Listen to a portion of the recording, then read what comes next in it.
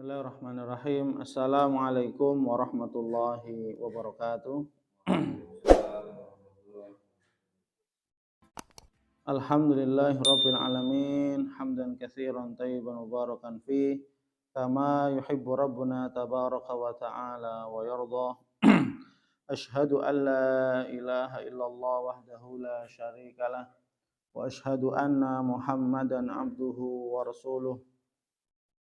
Allahumma salli wa sallim wa zid wa barik ala nabiyyina Muhammadin sallallahu alaihi wasallam wa ala alihi wa ashabihi wa man ihtada bihadihi wa istanna bi sunnatihi ila yaumiddin, amma ba'd. Mari kita awali dengan baca doa talabul ilmi. Bismillahirrahmanirrahim. Rabbi zidni ilman, Allahumma anfa'ni bima 'allamtani wa 'allimni ma yanfa'uni warzuqni ilman yanfa'uni. Amin. Alhamdulillah, kita senantiasa wajib mengucapkan alhamdulillah sebagai bentuk rasa syukur kita kepada Allah Subhanahu wa taala yang telah begitu banyak melimpahkan kepada kita nikmatnya dan pertolongannya kepada kita.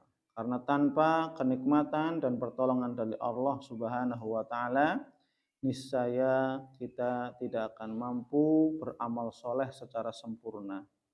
Niscaya kita tidak akan mampu beribadah secara sempurna tanpa kenikmatan dan pertolongan dari Allah Subhanahu wa taala. Semoga Allah Subhanahu wa taala senantiasa memberikan, melimpahkan kepada kita berbagai macam kenikmatan dan pertolongan dari Allah Subhanahu wa taala agar kita istiqomah beribadah kepada Allah sampai akhir hayat kita. Amin amin ya rabbal alamin. Insyaallah pada kesempatan kali ini kita akan melanjutkan pembahasan tafsir 30 masih di surat Al-Alaq. Sebab turunnya ayat bagian kedua, ya. Sebab turunnya ayat dari ayat yang ke 9 ara'aital ladzi yanha sampai ayat terakhir, ya. Jadi sebab turun ayat bagian kedua dari surat Al-Alaq. Jadi surat Al-Alaq turun ayat secara asbabun nuzul ada dua bagian. Yang pertama bagian awal, ini yang permulaan wahyu. Kemudian yang berikutnya ini bagian kedua. Ya. Sebagaimana yang diriwayatkan oleh Imam Muslim, dikeluarkan oleh Imam Muslim yang menunjukkan hadis yang sahih. Ruya anna Aba Jahal, ya. Yang hadis ini diriwayatkan oleh dari sahabat Abu Hurairah, ya. Ruya anna Aba Jahal al-la'in, diriwayatkan bahwasanya Abu Jahal al-la'in, semoga Allah melaknatnya, ya. Semoga Allah melaknat. Qala li ashabihi yauman, Abu Jahal berkata kepada kaumnya, kepada orang-orang yang berada di sekelilingnya, yauman, pada suatu hari, hal yu'affir Muhammad wajahu baina adharikum, apakah hari ini Muhammad telah menampakkan wajahnya di hadapan kalian, ya. Maksudnya yuridu hal yusalli wa yasjud amamakum, apakah dia salat dan sujud di hadapan kalian? Maksudnya Abu Jahal bertanya, apakah kalian melihat Muhammad salat dan sujud di hadapan kalian hari ini? Ya. Qalu na'am, mereka mengatakan ya. Ya, mereka melihat Nabi kita yang mulia Muhammad sallallahu alaihi wasallam ruku, sujud, salat, ya. Faqala, kemudian Abu Jahal mengatakan, wallati wal uzza, demi Lata dan Uzza. Coba, ya. Bersumpah dengan Tuhan mereka dengan berhala. Wallati wal uzza, demi Lata dan Uzza. Kata Abu Jahal, la in ra'aituhu yusalli kadzalik la ata'anna ala raqabati. Ya, demi Lata dan Uzza, niscaya sekiranya kalau aku melihat Muhammad salat di depanku, la ata'anna ala raqabati, niscaya akan aku injak lehernya. Ya, coba niat yang begitu jahat, ya, yang begitu biadab, sadis, ya, yang ingin dilakukan kepada Nabi kita yang mulia Muhammad Sallallahu Alaihi Wasallam. Jadi kalau seandainya aku lihat, saya akan injak lehernya pas lagi sholat.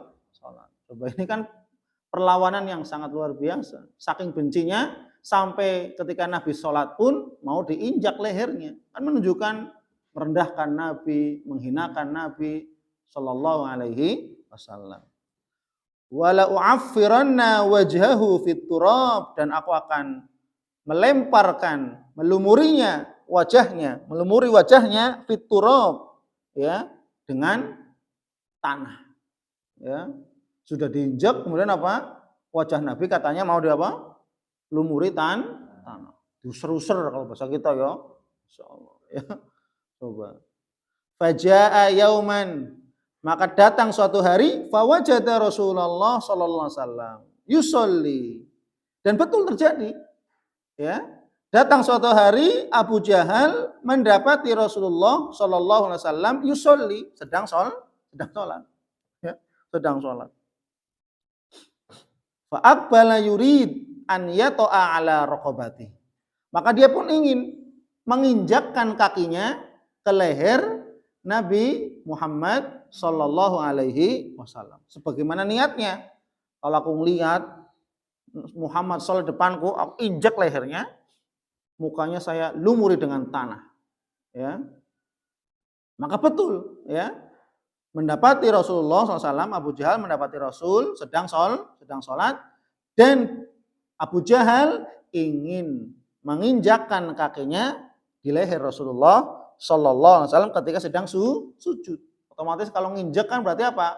Tidak mungkin dalam kondisi Nabi berdiri. Tapi apa? Ketika kondisi Nabi sujud, diinjak lehernya. Kan? Ini kan biadab, ya. Bagaimana ketika sedang sujud, ya, malah diinjak. Fama faja'ahum minhu illa wa huwa yanqusu ala aqibai. Ini perhatikan nih. Fama faja'ahum minhu, maka tidaklah, ya, Abu Jahal mengagetkan kaumnya. Lu katanya Abu Jahal, kamu mau nginjek Muhammad lagi sujud tuh, ya. Illa wa huwa yanqusu ala aqibai. Ternyata Pak Abu Jahal malah lompat mundur. Yang tadinya mau bergerak maju ingin nginjak Nabi Muhammad ketika sedang sujud, tapi apa? Abu Jahal malah apa? Mundur. Melompat mundur, ketakutan. Ya. Maka kaumnya kaget, loh Abu Jahal kok mundur? Katanya mau nginjak leher Nabi ketika sedang sholat, sedang sujud. Wa yattaqi biyadaihi, dan dia, ya, tidak jadi, ya, atau menjaga tangannya, ittaqayattaqi, menjaga kedua tangannya. Artinya tidak mau ngambil tanah, ya, yang tadinya niatnya mau ngambil tanah, melumuri wajah Nabi dengan tanah, ya, mundur, tidak jadi nginjak, kemudian tangannya seperti kayak dijaga oleh sesuatu, gitu ya. Tangannya tidak bisa gerak, gitu ya. Gitu. Faqilalah, maka ditanyakan kepada Abu Jahal, jadi teman-temannya tadi bertanya, "Ma'alaka? Ada apa denganmu wahai Abu Jahal?" Faqala, "Inna baini wa bainahu khandaqan min narin." Coba bayangkan.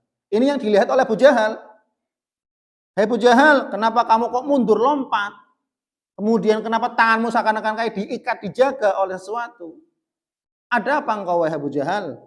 Kemudian Abu Jahal menjawab, ini dalam pandangan Abu Jahal, yang lain tidak melihat. Abu Jahal melihat, "Inna baini wa bainahu khandaqan min nar." Sesungguhnya di antara diriku dengan Muhammad ada parit yang berapi.